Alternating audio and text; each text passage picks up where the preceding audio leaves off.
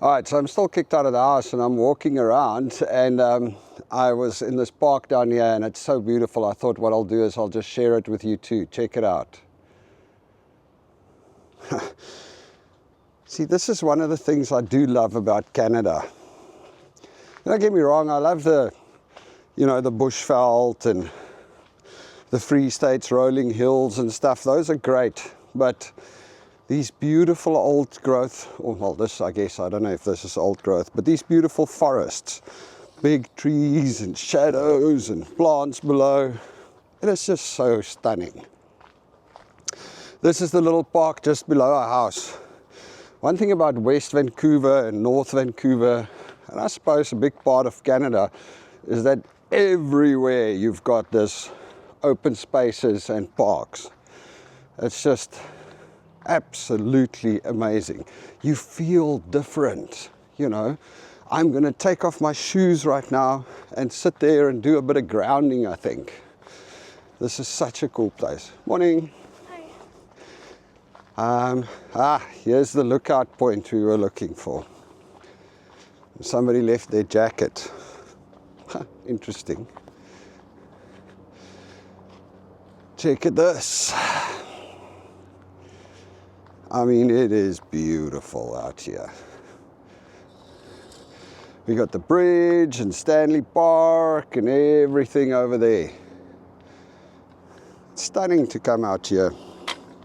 So I think this is where I'm going to be sitting for a little bit and getting my grounding in and chatting to you, because, hey, why not? I'm sitting here, we might as well have a little bit of a conversation.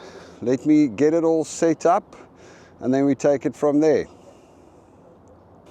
All right, so here we are, feet in the sand, butt on the bench, somebody's jacket over there, and enjoying the view while I'm waiting for Belinda to finish her important meeting.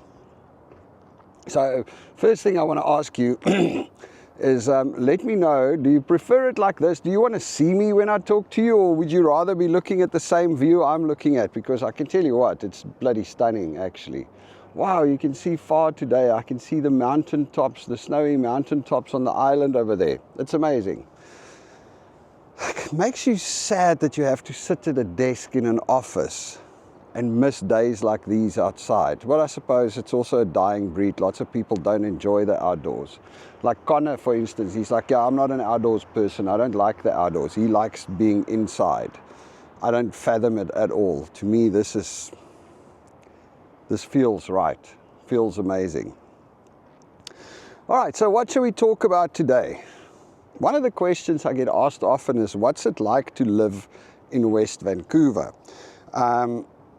And is it worth it if you move to Canada to come and live in West Vancouver? So, I mean, I suppose it's a different experience for every single person. For us, we love it in West Vancouver. It's much more quiet. There's a much older population. You know, I don't know, it's a weird mix, but there's a much bigger, older population. And then there's obviously the young families that are moving in. The thing with West Vancouver is it's not as busy as North Van. You know, if you go towards North Vancouver, oh wow, we got construction down there. Sorry guys. If you go to North Vancouver, what you have is there's lots of restaurants, lots of bars, breweries, you know, there's a lot of nightlife, there's a lot going on. Whereas in West Van, you really don't have this. It's more of a sleepy place. I mean, yeah, you've got the Red Lion pub down there, and you've got a couple of restaurants and a couple of restaurants out here at Park Royale, but they're much fewer and further between. You know, it's not like it's a place for nightlife. That's some of the complaints I've heard from the local Canadians. It's like, yeah, so we live in West Vancouver and it's just like so sleepy, nothing happening there. Young people, I guess. So it's not easy to quickly walk down to a pub or a bar, especially if you move further towards the west. For the rest, I mean, we actually like it that way. As far as public transport goes in West Van, you do have public transport. It's a little bit more limited than, I guess, in some of the other areas, because you have a bus, I guess up to Dunderave, there's regular buses running through on Marine Drive. But after Dunderave, there's only the 253 that makes a loop, and you've got the 257 that goes through, but it's less frequent, and it's also not so well represented, you know, so it's not that easy to get to some of the, you know, it's more spread out and it's not as easy to ride the bus. So if you want to use public transport, West Van is probably not the ideal place. We even had issues with Uber, although it seems like that's now sorted out. Initially, when we were living in West Van up there in Caulfield, we couldn't get an Uber to come and fetch me there when I had to go to the airport. Belinda would have to drop me down in Marine Drive or here at Park Royale, and then the Uber will pick me up. But I think that's pretty much sorted out. Uber is now available everywhere. And West Vancouver is just more a naturey place. There's more trees, there's more parks, there's more like nature things, which is absolutely amazing. I mean, I love it. It's great. It's very green. Not that North Van isn't. I mean, North Van is very much the same. It's got a lot of nature, a lot of parks, walks. You've got Lynn Canyon. You've got all of those things. There's lots of hikes, lots of beaches. That's what makes it amazing. I mean, it's an awesome place to live. As far as schools go, West Vancouver does have some of the best schools, both public and obviously private schools. You know, there's some really uppity schools. One of the things I can say about the West Van schools is that it is, even the public schools, you know, it's like a lot more of the posh people, the richer people, because the houses in West Van is very expensive. Rent in West Van is very expensive. So that the typical type of person that lives here does have a lot of money, which is unlike us. We don't have that much money. We just got lucky with our property. So something I do feel is that the kids in school has a little bit of like our kids, you know. Some of the other kids around there, they've just like got like Uber accounts and like credit cards that they walk around with, and they spend money and they Uber wherever they want to go. And my kids can't. I can't let Angelique pay $100 a day Ubering all over the place. So if you are not rich, your kids does have a little bit of a disadvantage in the school. I mean, we all know kids. It's just the way it is. You know, Connor arrives with his old police car at school, and the other grade 12s arrive with their Teslas and stuff like that. So it's you know, there's a little bit of a class difference. What would you call it? So that's one thing to consider, although I don't know if it's making much of a difference, and, you know, can't hurt them to have rich friends either, so I suppose. Then what happens in West Vancouver? There's actually quite a lot of festivals and things that go down at the beaches over here or in the parks. They've got the West Vancouver cultural guys are very active. And I mean, we've got the West Van Cultural Festival coming up once again. Please put it in your diary. 31st of May and the 1st of June. Come and visit us at the South African Pavilion. So anyway, we've got the West Van Cultural Festival coming up. There's constantly something going on down there, whether it's flea markets or it really is nice, and it's great to get out to those beaches. It gets really busy in the parks and the beaches. I think they're changing the rules though soon. But they're doing that all over, I guess, also in Kitsilano. So what's happening is a lot of the locals were complaining because on a beautiful sunny day, the whole place just gets locked up. All the parking gets taken by people visiting from other areas, coming out here to come and visit the beaches or the parks or the blah, blah, blah. And so what they're doing right now is they are upping the cost for parking at a lot of the parks. You have to pay to park, and they're making it actually kind of expensive to park there for the day. But if you live in West Vancouver, you can apply for a West Van permit, so then you don't pay the fee at the parks. You can park there for free because you're a resident.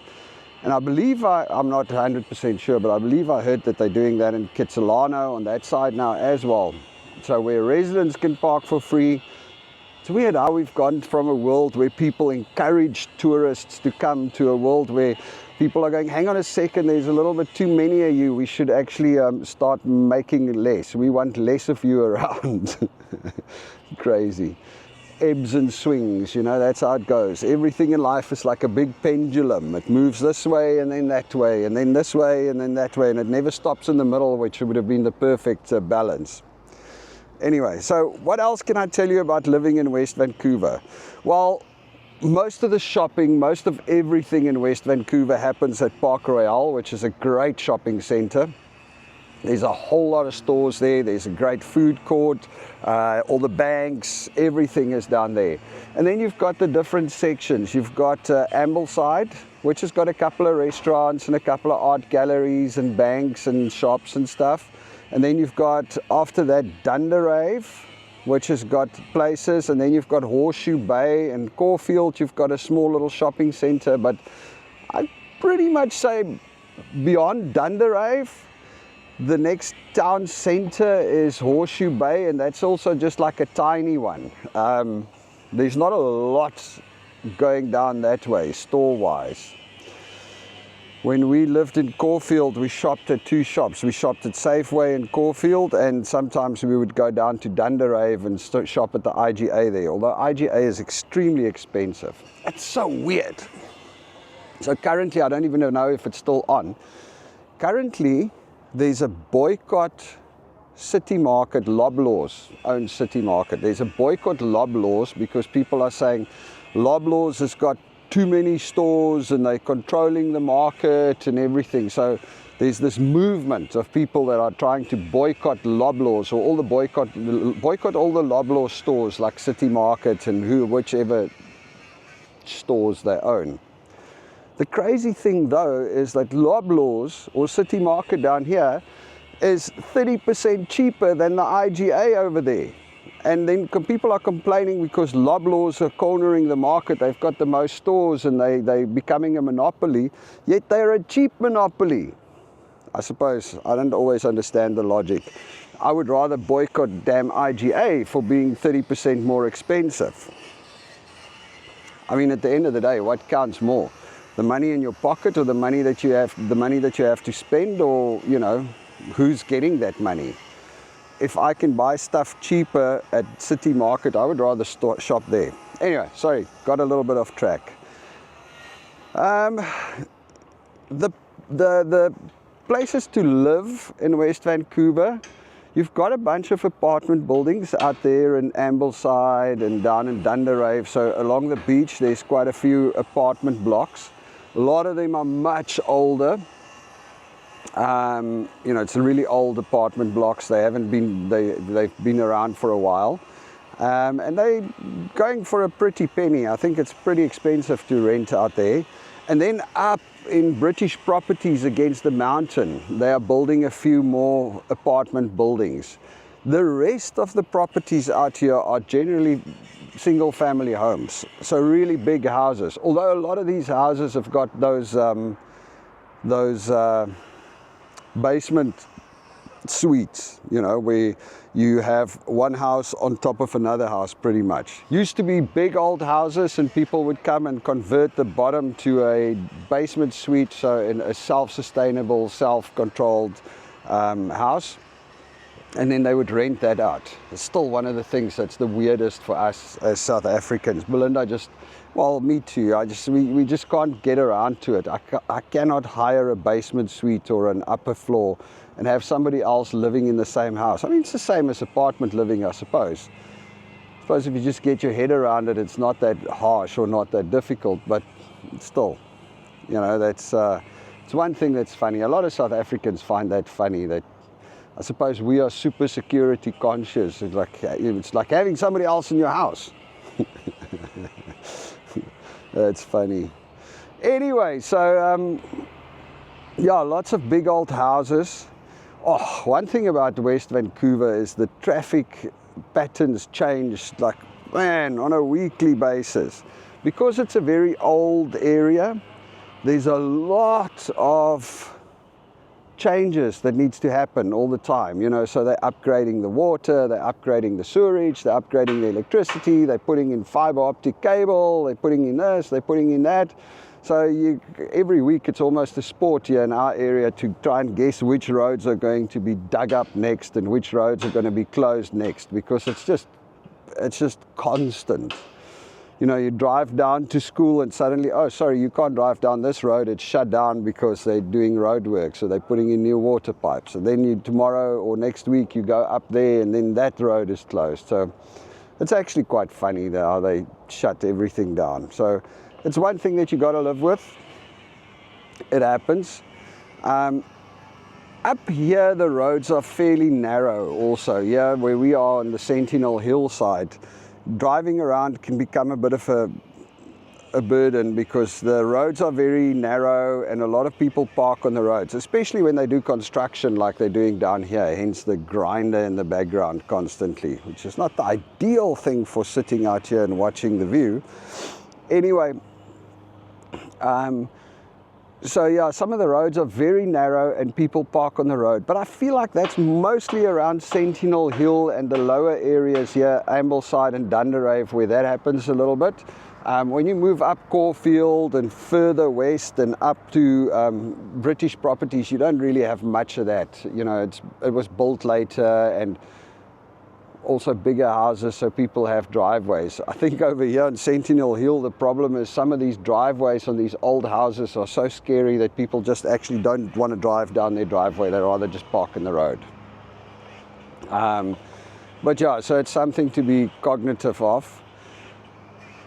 If you live on the hill like we do, it is a steep hill. If you're not fit, you're not going to be walking this hill up and down, because it like almost kills me every time. And I'm not unfit. I mean, I do go run 5Ks, but if I walk from Park Royale up the hill to the house, I'm done for. It's a steep and long hill. That I can tell you. What else is there? As far as mix goes, cultural mix, I think there's a pretty decent cultural mix. You'll find that a lot of the older people that's been around for longer, a larger part of them, and this is from not from any statistics, this is from me walking around the streets and meeting people and seeing things.